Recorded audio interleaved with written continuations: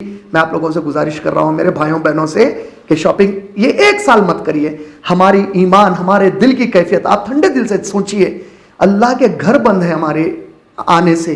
آپ بتائیے ایسے حالات میں کہ جب ہم اللہ کی عبادت اللہ کے مسجدوں کو جا کر نہیں کر سک رہے ہیں, ایسے حالات میں ہم کیسے خوش ہو کر اپنی ذاتی خوشی بنا سکتے ہیں جبکہ اللہ تعالیٰ ہم سے اتنے ناراض ہیں کہ اپنے گھروں کو ہمارے لیے بند کروا چکے ہیں.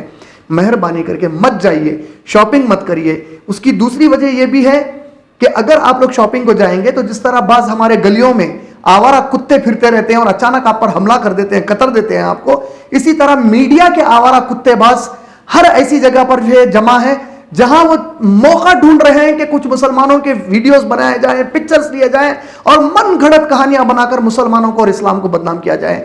آپ اس کا ذریعہ مت بنیے. آپ وہ شخص نہ بنیے جس کے اوپر حملہ کر کے کتا اسے کاٹے اور خوب اس کے مزے لے.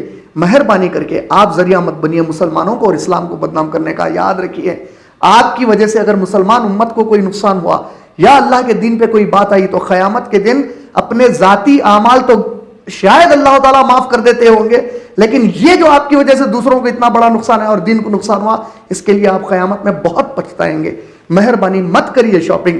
اور دیکھیے یاد رکھیے کہ جو میرے مسلمان بھائی بہن دکاندار ہیں ان سے گزارش ہے اپنی دکانیں مت کھولیے.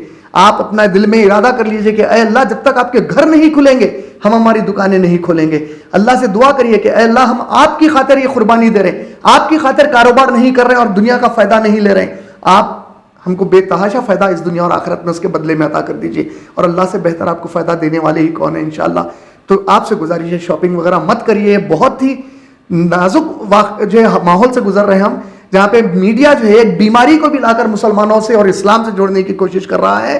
اللہ تعالیٰ ان لوگوں کے منہ میں جہنم کی آگ بھرے اگر اللہ نے ان کو جو ہے ہدایت دینے کا ارادہ نہ رکھا ہو. تو ہدایت دینے کا ارادہ ہے تو اللہ انہی میں سے کوئی ایسا اپنے دین کو سپورٹ کرنے والا اٹھا کر لائے جس سے کہ دودھ کا دودھ اور پانی کا پانی ہو جائے اور لوگوں کو حق اور باطل کھل کے سمجھ میں آنے لگ جائے.